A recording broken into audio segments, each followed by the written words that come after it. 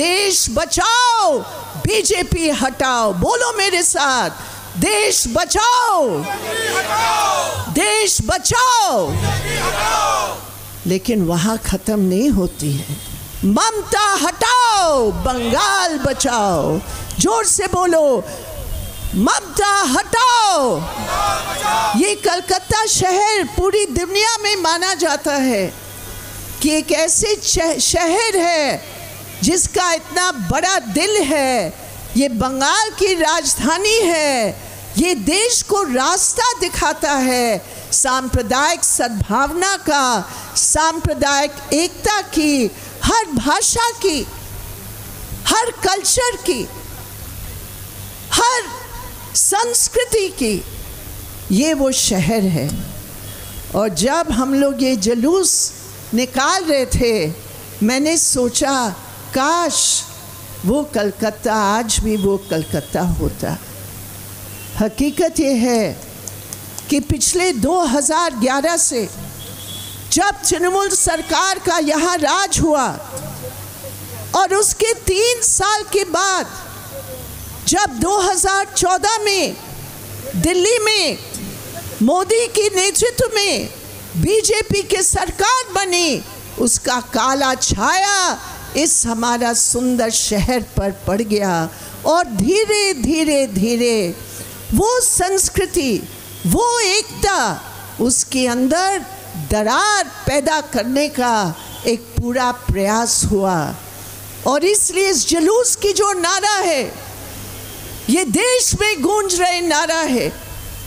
आपके सामने ये 2 चुनौतियां हैं और वो 2 चुनौतियां इस जुलूस में बड़े जोश के साथ आपने उठाया। वो क्या था?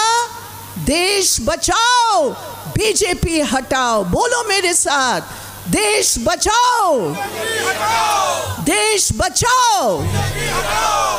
लेकिन वहाँ ख़त्म नहीं होती है, क्योंकि बंगाल की जनता के सामने एक और ज़बरदस्त चुनौती है।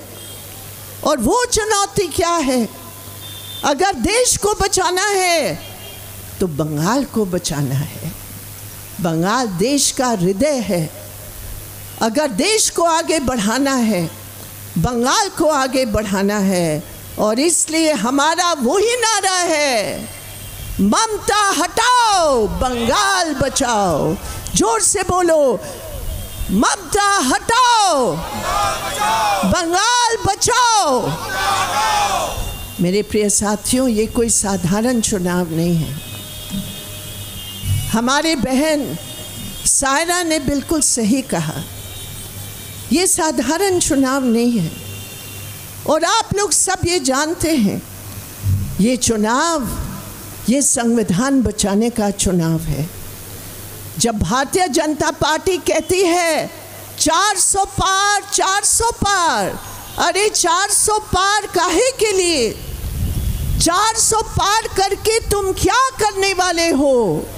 याद रखो, हमारे देश के कानून के मुताबिक जब तक 2/3 बहुमत और जब तक पूरा ऑपोजिशन का एक बड़ा हिस्सा समर्थन नहीं करेगा, हमारे देश की संविधान का कोई संशोधन नहीं हो सकता।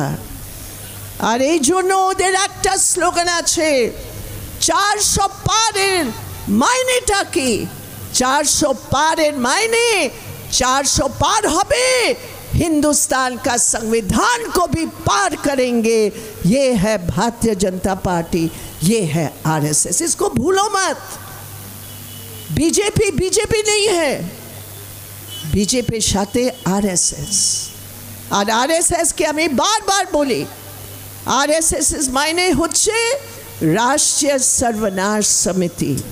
और ये राष्ट्रीय सर्वनाश समिति, ये बीजेपी और आरएसएस का जॉइंट वेंचर देश भर में ये हालात बना रही है। अब आप समझ लीजिए एक बात, ये चुनाव में गए, Modi guarantee, Modi guarantee, Modi guarantee.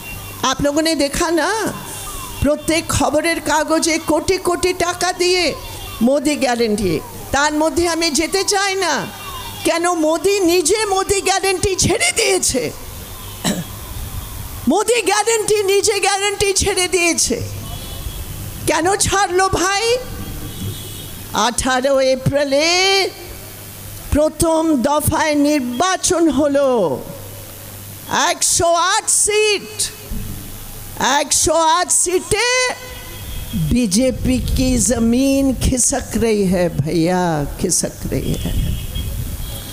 तारपरे 26 एप्रिले सेकेंड फेजे निर्वाचन हलो, সেই निर्वाचनों बीजेपी के पैरों के नीचे खिसक रही है, खिसक रही है। और इसीलिए मोदी जी अपने गारंटी भूल गए, तो हम क्यों गारंटी की बात करें? वो तो खुद ही भूल गए। और अब जैसे कंप्यूटर में या आपका मोबाइल फ़ोन में एक डिफ़ॉल्ट होता है ना, वो डिफ़ॉल्ट बटन है बीजेपी आरएसएस का। जब कुछ नहीं होगा तो डिफ़ॉल्ट बटन दबाओ। राजस्थान की आदिवासी क्षेत्र में आमी तो जानी, आमी तो आमादेर पार्टी थेके आमी राजस्थाने जाচ্ছি, সেই পুরো বাঁশওয়ারা এলাকা একটা আদিবাসী এলাকা। সেই বাঁশওয়ারা এলাকায় আদিবাসীদের কি অবস্থা আমরা চোখে জানি। আমাদের আদিবাসী অধিকার মঞ্চ ওইখানে কাজ করছে। সেই এলাকার মধ্যে इंडिया गठबंधन पार्टी से सीटा जीतबे, आदिवासीদের বাদ দিয়ে নন ট্রাইবালের ভোট নেওয়ার জন্য আর পুরো দেশে একটা মেসেজ দেওয়ার জন্য মোদি আমাদের দেশের প্রধানমন্ত্রী যা বক্তব্য রেখেছেন আমরা কোনোদিন কল্পনা করতে পারি না।